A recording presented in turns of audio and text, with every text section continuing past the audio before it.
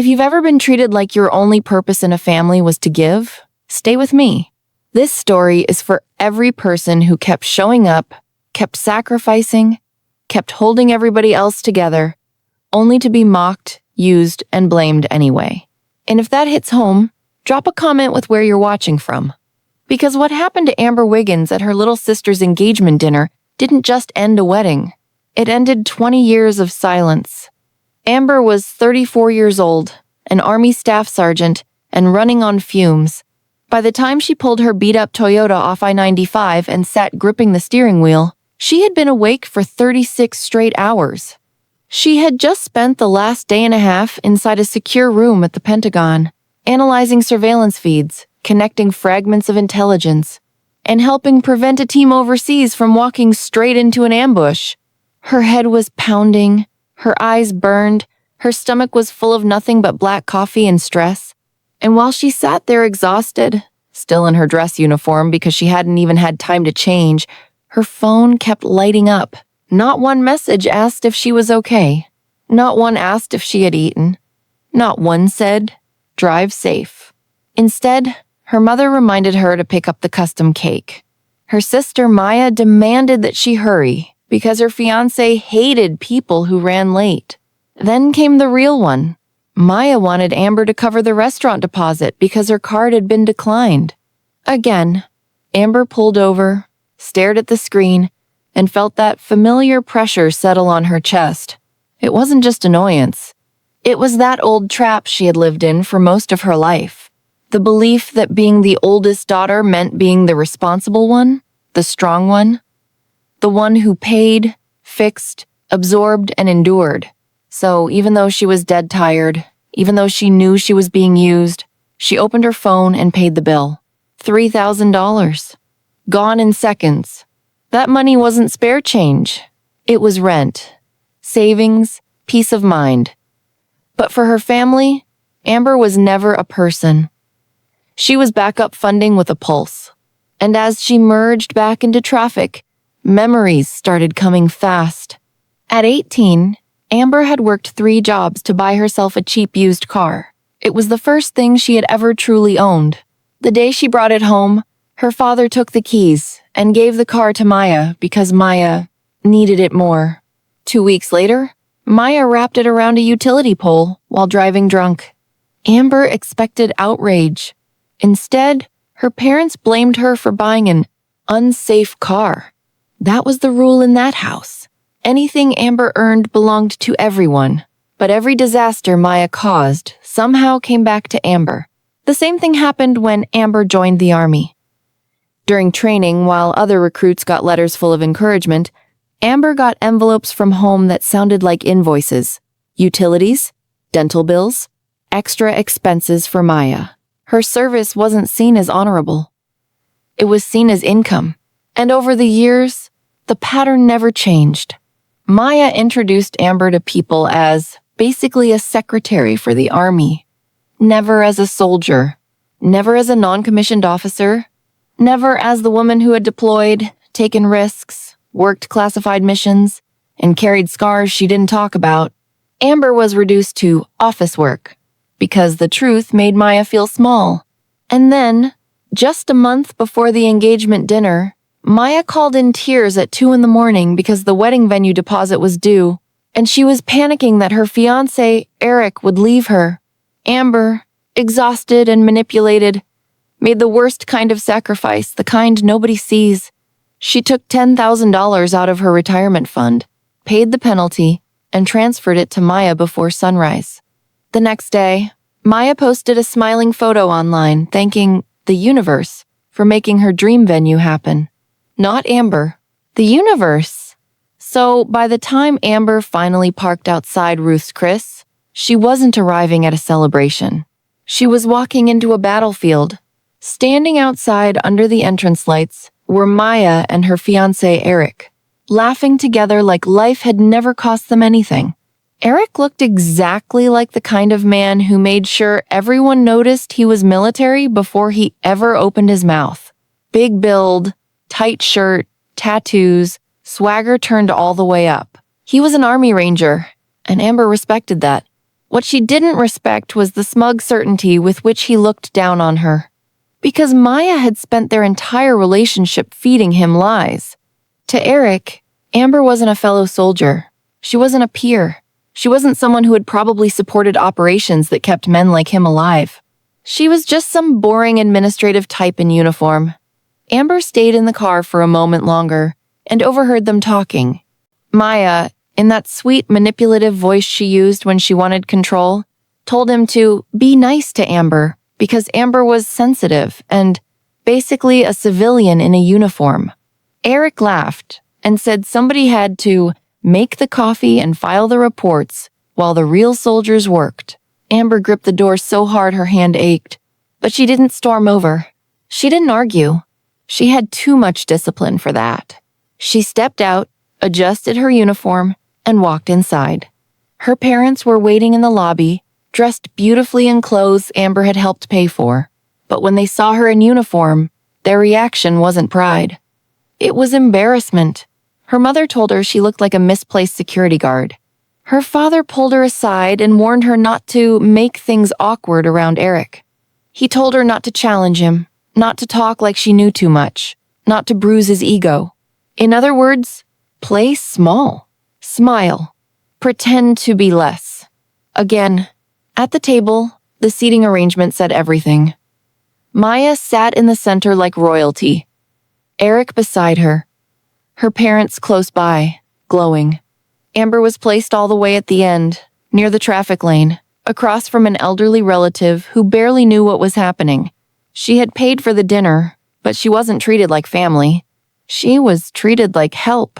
Then Amber watched her mother lean over and cut Maya's steak into little pieces so she wouldn't stain her dress. And that small moment split something open inside her.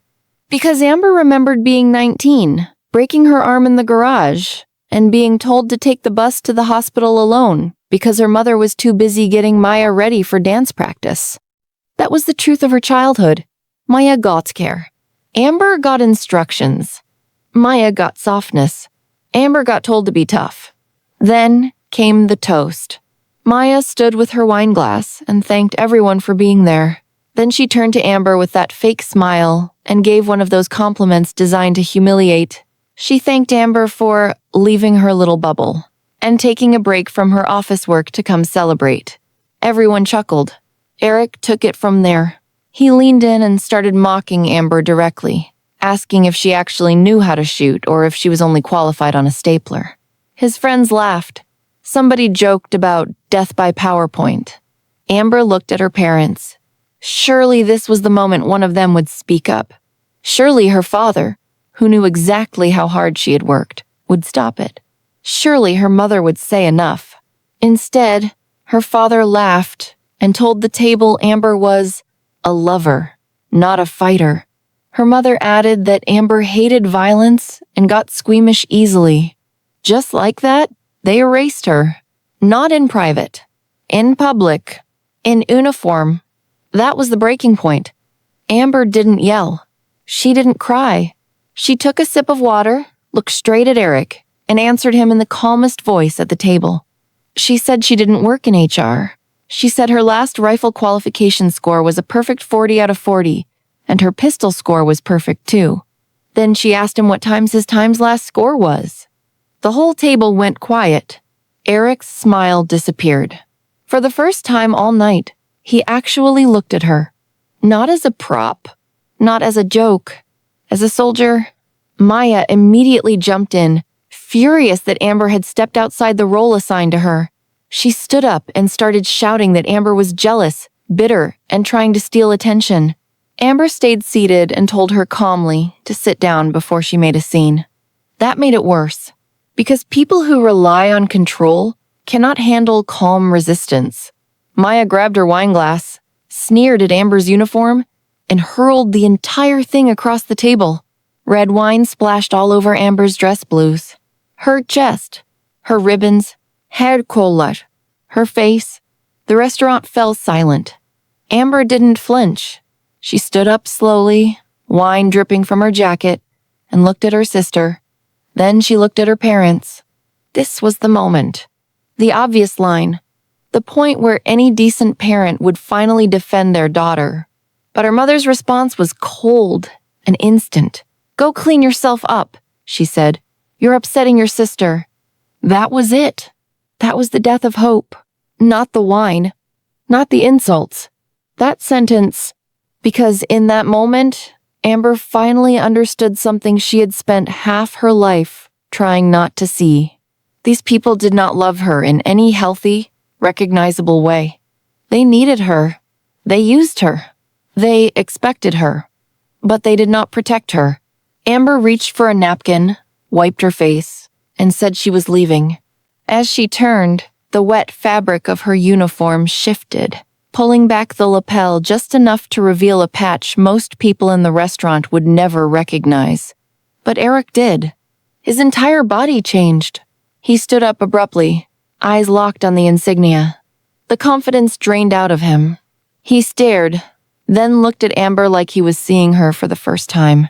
Because now he understood. The vague job descriptions, the secrecy, the hours, the silence. Amber wasn't some paper pusher pretending to serve. She worked in a world far above what Maya had led him to believe. The kind of work that builds target packages, supports top-tier missions, and shapes operations men like Eric carry out. Maya tried to laugh it off, saying Amber had probably bought the patch online. Eric snapped. Not at Amber. It's Maya. He told her to stop talking because she clearly had no idea what she was talking about. He said nobody wears that patch casually, and nobody in military circles fakes it in a room full of service members unless they want to get destroyed for stolen valor. Then he turned back to Amber, stood at attention, and saluted her. In the middle of the restaurant, in front of everyone, he apologized sincerely, visibly shaken for disrespecting her. And that image broke Maya's world in half. The man she had used to elevate herself was now publicly honoring the sister she had spent years trying to diminish. Eric realized he had been manipulated, realized Maya had lied to him, had made him insult a soldier, had used his ego as a weapon against her own family. When Maya tried to defend herself, saying it was just a joke, Eric looked disgusted. Then he did the one thing nobody at that table expected. He ended the engagement. Right there. He said he couldn't marry someone who lied like that, bullied her own sister, and disrespected the uniform. Then he walked out. And once the doors closed behind him, chaos exploded. Maya sobbed hysterically. Her parents panicked. But even then, they still came after Amber. Her mother grabbed her arm and demanded that she run after Eric and fix it. Fix it. As if Amber had caused any of this.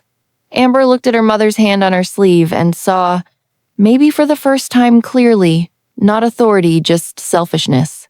She pulled out the dinner receipt, laid it on the table, and told them the meal was paid for. Then she said something none of them were prepared to hear. This family was over. She was done paying. Done rescuing.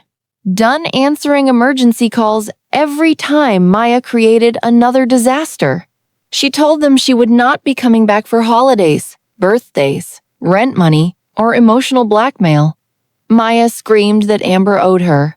Amber said no, Maya owed herself the consequences of the life she had built. Then Amber walked out. Not dramatically, not theatrically, just finally. She got into her car, looked at the missed calls already piling up, and one by one blocked her mother, father, and sister. Then she drove away, and for the first time in her life, the silence felt like freedom. What happened after that was exactly what happens when one person has been carrying an entire broken system on their back and finally puts it down. Maya's life fell apart fast.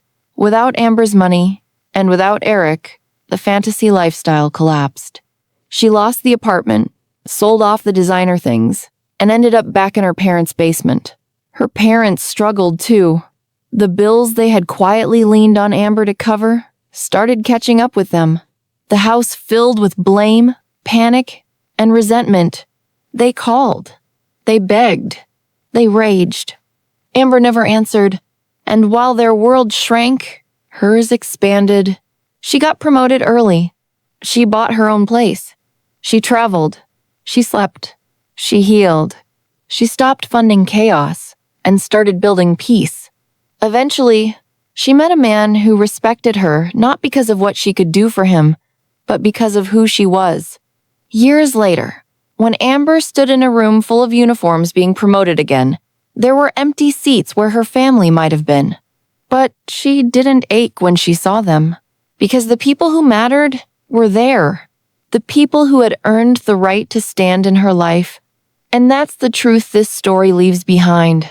Family is not defined by who drains you while demanding loyalty. Family is built by mutual respect, by protection, by honesty, by showing up without keeping score. Sometimes the kindest thing you can do is stop rescuing someone who has made a career out of using you. Sometimes love looks like distance. Sometimes healing begins the day you finally say, no more. And if you're the one in your family who is always expected to pay, fix, forgive, and stay quiet while everyone else hear this clearly, you are not selfish for setting boundaries. You are not cruel for walking away from disrespect. And you do not have to keep bleeding just because the people hurting you share your last name. If this story felt personal, type freedom in the comments. And if you've ever had to become the strong one for yourself, hit subscribe. Because some of us weren't born into our real family. Some of us had to build it.